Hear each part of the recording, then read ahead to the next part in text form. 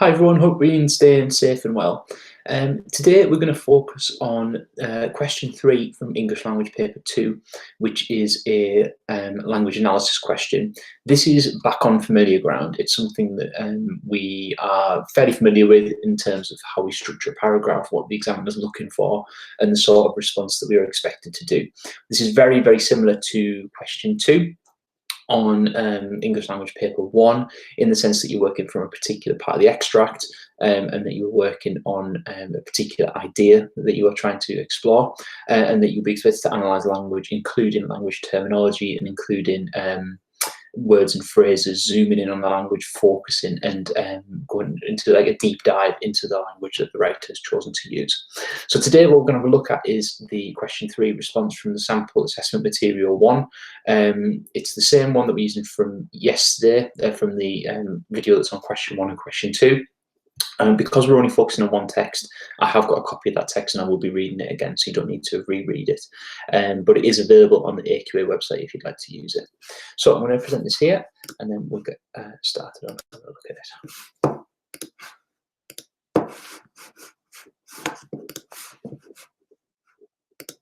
it. Okay, so now looking at question 3, it's quite a short question, which has this as its focus. You now need to refer to only source B, the letter by Henry written to his father. How does Henry use language to try and influence his father? And this is worth 12 marks. Now what we're looking for is probably spend about 15 minutes on this question, and we're probably looking at 3 paragraphs, looking at various elements of language analysis. Now it's important to look at a variety of language because we're looking to explore the different ways in which he uses the language to try and influence his father. Repeating the same technique isn't great. We'll be looking at a variety of different ideas and different ways of doing this. We're referring only to source B, so make sure you're only referring to that source. And we're looking at a specific focus of influence. What is he doing to try and emotively influence his father? And if we remember from yesterday, the letter is to try and convince him that he wants to be taken home from the boarding school that he is at. So this is the extract we're working with. Obviously, it's source B, but it's only this first part of source B, which is the letter from Henry. So I'll read it again for you. Dear father, our master has arrived at Coddeston, but I was sorry to learn that he had no letter for me, nor anything else, which made me very unhappy. If you recollect, I promised that I would write you a sly letter, which I assure you I have not forgot. And now an opportunity has come at last. I hope, my dear father, you will not let Mr. Smith know anything about it, for he would flog me if he knew it. I hope, my dear father, you will write me a letter as soon as you receive this, but pray don't mention anything about this in yours. Only put an X at the bottom, or write to my good friend Mr. Halmer, who is very kind to me, and he will give it to me when I go to church. He lives opposite, and I assure you, my dear father, they are the kindest friends I have in Yorkshire, and I know he will not show it to Mr. Smith, for the letters I write you are all examined when they leave the school. I am obliged to write what Mr. Smith tells us, and the letters you send me are all examined by Mr. Smith before I send them. I hope, my dear father, you will mention nothing of this when you write. It is now 2 years come October since I left you in Islington, but I hope, my dear father, you will let me come home at Christmas, that we may once again more meet alive, if God permit me to live as long. Our bread is nearly black. It is made of the worst barley meal, and our breads are stuffed with chaff. And I assure you we are used more like bears than Christians. Believe me, my dear father, I would rather be obliged to work all my lifetime than remain here another year. George is quite well, but very unhappy. Your respectful son, Henry. Now, if we go back to the question, what we're looking at is looking at source B, looking at how Henry has written to his father, and how does he try and use language to influence his father? Now, obviously, he wants to be able to come home, so we're looking at emotive appeal. What does he do to influence his father and to say, we need to come home, we need to be taken away from this place? So here are some ideas that I came up with when I read through the first time. So he uses empathy through the use of pronouns. So, for example, I promised that I would write you a sly letter. I assure you I have not forgot. So this use of pronouns is something interesting you might want to explore, how he uses a very personal address to his father and very specifically talks to him. He uses emotive verbs to describe the schoolmaster. So he says that he would flog him if he knew it. And he later on explores how he examines the letters before they leave school, and he is obliged to write what Mr. Smith tells him. So these are interesting verb choices to describe the schoolmaster to make him appear a villain, which could be an interesting thing to explore. There's repetition throughout the extract. So, for example, he refers to my dear father on several occasions. Okay, he looks at, they've got my dear father here. I hope my dear father. My dear father in the paragraph here. The repetition of that is influencing that relationship, the dearness of him, which might be an interesting thing to explore. He uses hyperbole or exaggeration. So, for example, if God permit me to live as long, as if he's on the verge of death. He's not under any actual threat, but he's using that exaggeration to try and make his situation seem even worse. We have alliteration to emphasize his cruel living conditions. For example, our bread is nearly black and made from the most barley meal. We have the beds are stuffed with chaff. So the use of that interesting idea of imagery and being stuffed with waste products of like wheat rather than a feather bed.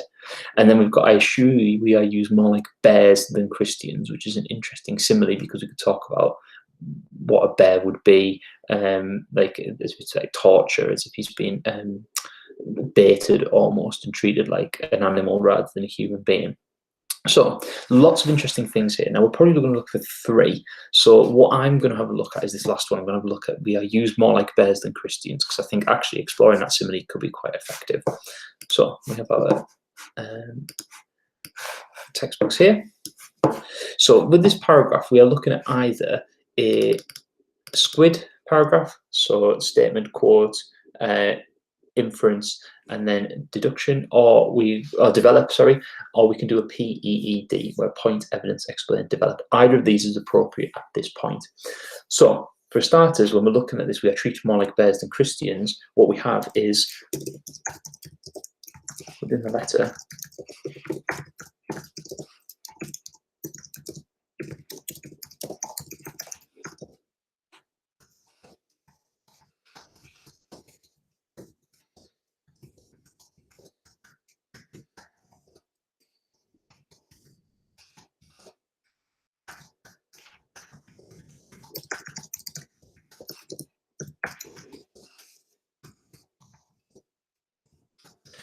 so there's my opening point. Within the letter, Henry uses animal imagery to imply that he's been treated inhumanely, tortured and controlled by a cruel schoolmaster.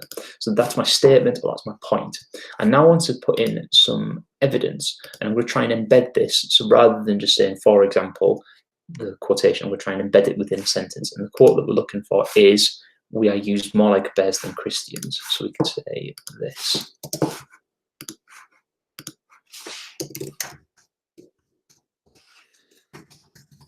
He appeals to his father.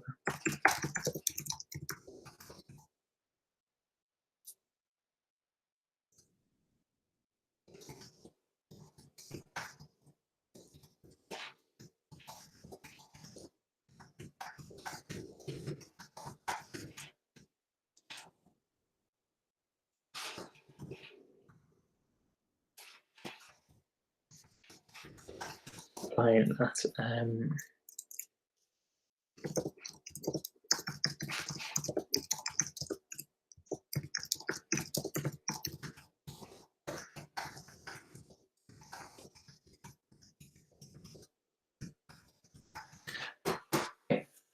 So what we have so far, we have our point and we have our evidence. Within the letter, Henry uses animal imagery to imply that he's being treated inhumanely, tortured and controlled by a cruel schoolmaster.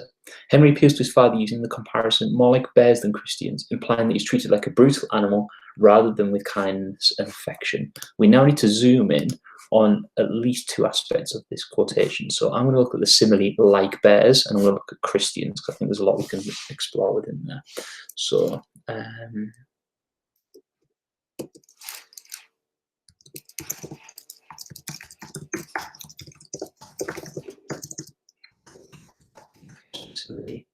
like bears.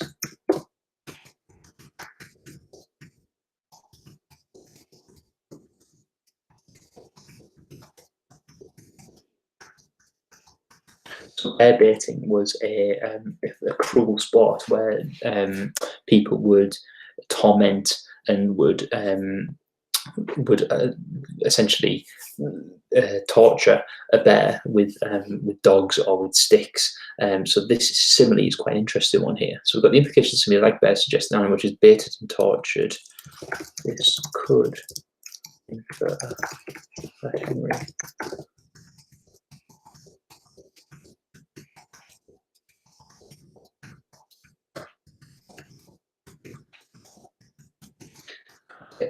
Okay, I'm going to look at my second word.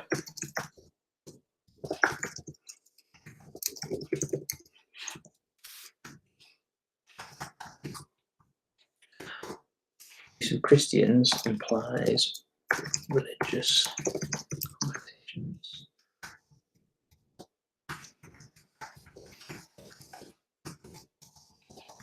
So it plays about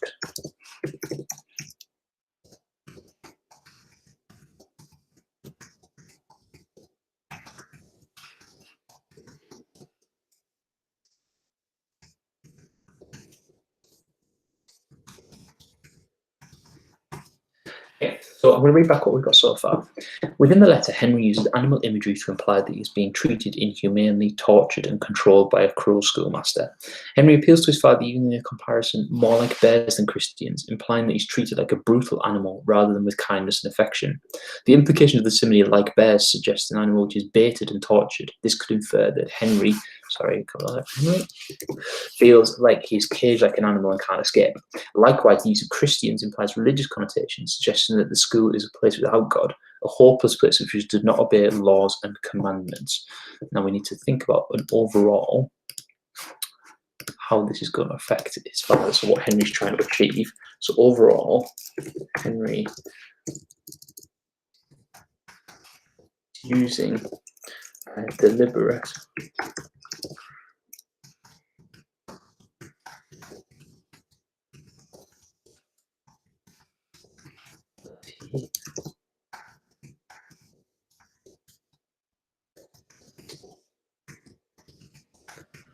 person.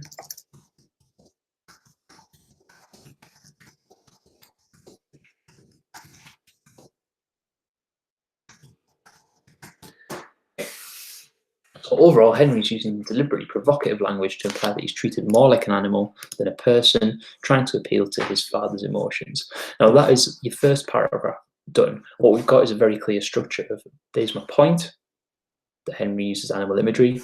There's my evidence, which I've embedded. I've explored my two key words, and then I've done an overall where I've talked about what the overall effect is on the reader, or what Henry is trying to achieve.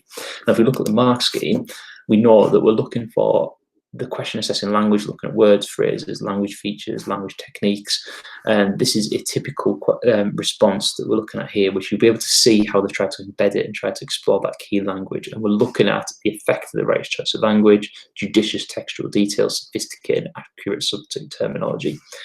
Henry uses direct address to his father, which suggests familiarity. You will let me come home. And this shows how his future is in the hands of his father. But this is all contrasted with much more distant and formal mode of address, my dear father. The noun phrase is repeated a number of places as an emotional tool to try and reinforce that his father is dear to him. So the distance and time lapse of them being together suggests to the reader this may not be so. And it's a deliberate choice by Henry to appeal to his father. Very similar to what we've done here with looking at the lovely embedding, the use of focusing on particular keywords and particular ideas. So this is what we're expecting. Remember that we're looking for a 12-mark response. So you spend about 15 minutes on this. You're probably looking at 3 paragraphs, looking at developing your ideas as much as possible. Like I said, very similar to question 2 on the language paper 1, using the same sort of structure and the same sort of ideas. The only difference being that you're not given the extract in front of you on the paper. You have to go back and hunt for it. But spending a good time annotating like we do at the start of the exam is probably the best strategy for this. So I'm going to stop presenting just now. There we go. I hope that's been really, really useful run through for question 3. Obviously, the plan is to be moving in the next couple of days and have a look at question 4 as well. And then we will be looking at the final writing task to wrap up language paper 2. Take care and make sure you're staying safe.